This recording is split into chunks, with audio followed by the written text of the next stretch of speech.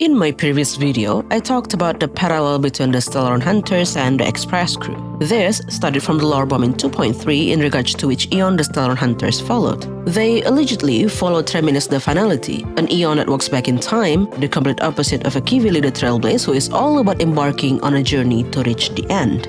So I got to matching up the members because if the Eons they follow match, why not the followers? Right off the bat, we have Kafka, whose counterpart is Himeko for their ties to MC. Kafka was tasked to take care of MC in preparation for the Stellaron implant mission, while Himeko was quote-unquote forced to adopt MC, who was left behind at Horda space station in preparation for their fight against Nanook. Blade's counterpart is Danhe because of their century-long intertwined fate. Fireflies is MC because both are artificial humans made specifically to fight an Eon with a destructive object planted inside their body. Elios is Pom Pom because both are depicted as animals and never join their respective crew on a mission. Elio is always working behind the scenes, while Pom Pom never leaves the Express every time the crew disembarks to trailblaze a planet. And this leaves us with March, Silverwolf, and Welt. And sure, at first glance, it is hard to find any resemblance between March and Silverwolf, which is mostly because we're lacking the knowledge of March's background, but I think the two of them are more likely to be each other's counterpart than Welt would be to Silverwolf. As some of you guys have pointed out in the other video, maybe Welt doesn't have a hunter counterpart because he is not from this world. And that might just be the thing that he shares with his counterpart. For Welt to have a hunter counterpart, someone that is not from this world must exist among the hunters. But then, as of 2.4, there are 6 members of the Express crew and only 5 of the hunters. We are missing one hunter, hence the whole idea of this video, and that got me into another rabbit hole involving Welt's story before Honkai Star Rail, his deal with Locha's face, Himeko's rescue of him in Salsoto, Alien Space manga, Welt's splash art, and this song. So, someone that is not from this world, right, who ideally has had previous dealings with Welt, is somewhat morally grey, and is currently roaming the Star Rail universe unsupervised. Back from the rabbit hole, I think we have just the perfect candidate for this role. Introducing Welt's Blonde Companion.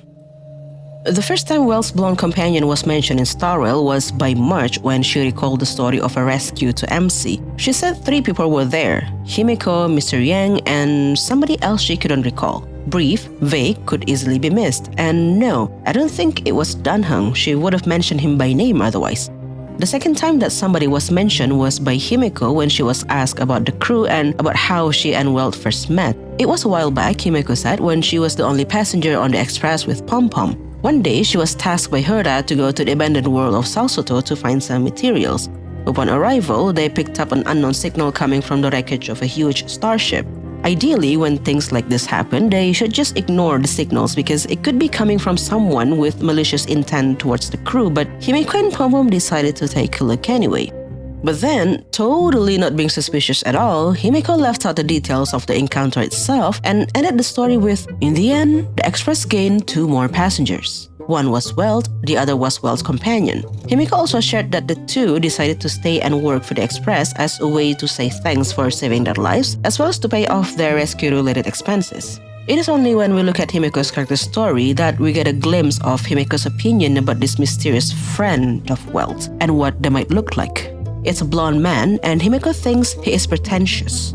Welt, on the other hand, took note of Himeko mentioning the friend as a sign that Himeko was not that mad after all. Welt also mentioned that this old friend of his was someone who he embarked on a journey with to defeat an alien race known as the Ones Above.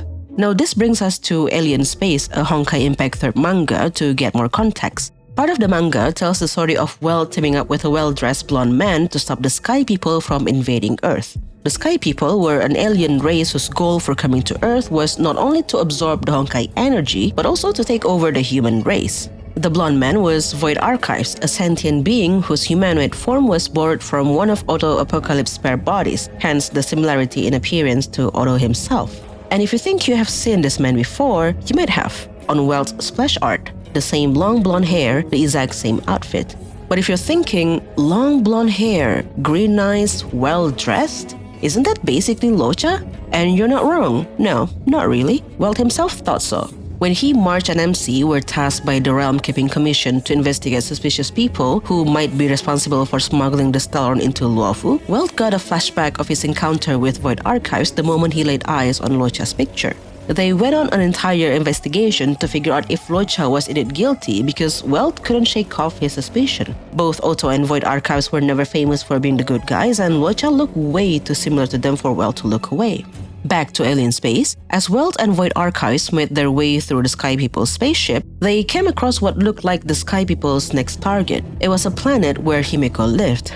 Welt thought that was impossible because that was impossible. Void Archives said it was possible because this Himeko came from a different world. It was not Himeko from Welt's home world, it was Himeko from another world.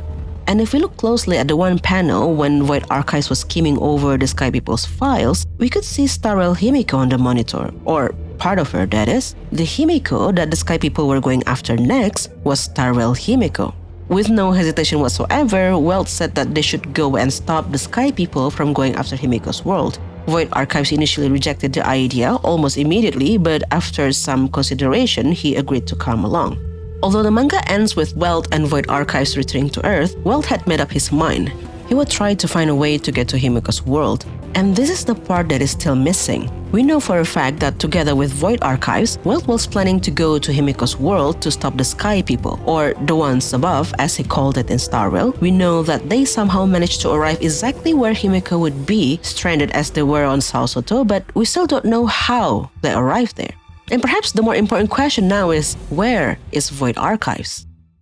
On one of his visits to the Express, Locha talked about a past passenger of the Express who looked just like him. Danhang told him that during that passenger's stay, he was up to no good, thus leaving a lasting psychological scar on the members. Locha gathered that must be why Welt had simply walked away as soon as he noticed Locha's presence. This psychological scar could be what Welt was referring to when he noted that Himeko was not that mad at Void Archives, as well as when he said to never anger the conductor. Although we don't know the nature of his up-to-no-good plan, it might involve compromising the safety of the crew, thus triggering Himeko's anger, and jeopardizing the Express's warp schedule and route, thus triggering Pom-Pom's worth. Eventually, Void Archives departed from the Express, and his departure that was briefly mentioned by Locha was also noted in Himeko's character story. That pretentious blonde man left without saying goodbye, and by Welt himself, who wished he could find what he was looking for on his journey.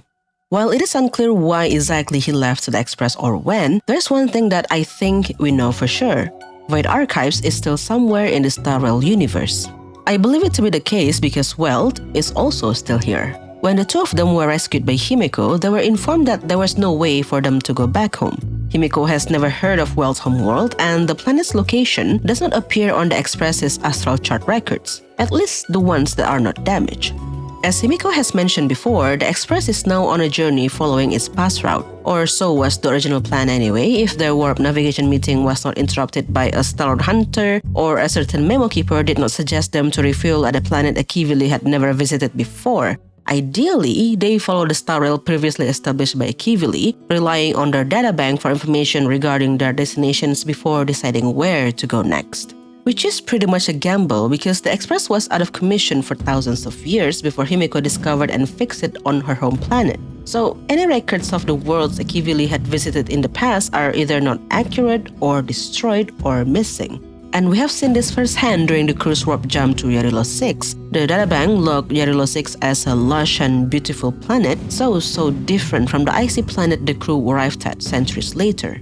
So it could be that Akivili had visited Welt's home planet before, then the train crashed, the records containing information about Welt's planet destroyed, or Akivili had never visited Welt's planet at all. Either way, for now, Welt is stuck in the Starrel universe, and so is Void Archives. But one question remains. How can all this mean that he is a Stellaron hunter? Well, this is the part where I go full-on speculative mode, and for that, we need the other hunters. When asked about Blade during her companion quest, Kafka said that Elio told her in Firefly to recruit him to the team because his swordplay and immortality would have important uses. Meanwhile, Kafka has her Spirit Whisper, a powerful ability that allows her to manipulate others through language. It is so powerful she can make Blade unleash his Mara and stop letting it consume him. Even MC is still under her hypnosis as we speak. Then there is Firefly, a killing machine born to fight off the swarm, and there is Silverwolf who is capable of ether manipulation. Each of the hunters has a powerful ability that could allow Elio to further his plan to achieve that one favorable future he has chosen. On the flip side, each of them also has something that they want to achieve, some sort of driving force, an end goal that they want for themselves but are unable to achieve, something that Elio promises they could achieve if and only if they follow his instructions. Blade wants to die yet cannot because of his immortality. Kafka is promised to be able to feel fear despite coming from a planet where the people are incapable of that. Firefly wants to die as something more than the killing machine that she was and the Stellar Hunter that she is right now. As for Silverwolf, I'd like to think that her role in The Hunter is her goal in and of itself. She has played at life multiple times, always going after the next game once she beats the highest level, and perhaps what Elio is offering to her is a game called The Universe, and she is on her way to finding out how many levels there are for her to beat. So there's that. Every hunter has a desire that they want to achieve, and each one of them has some sort of ability that will further Elio's plan, bringing them closer to that one favorable end for the universe and to their own respective desires. Not unlike Void Archives, that is a divine key created 5,000 years prior, hard-coded with the goal of eliminating the Honkai at all costs, and a vast library of knowledge and information contained within him. While we are yet to know the nature or equivalent of Honkai in Honkai Star Rail, I believe Void Archives would still be in pursuit of that goal, something that perhaps Elio can offer to him should he consider joining the Hunters. What do you guys think? Could Void Archives be a Stellar Hunter? Could he be under one of the other umbrellas on Kafka's splash art just as how Firefly turned out to be? Or has all this been nothing but a crackpot theory? Let me know in the comment below, and I will see you in the next one.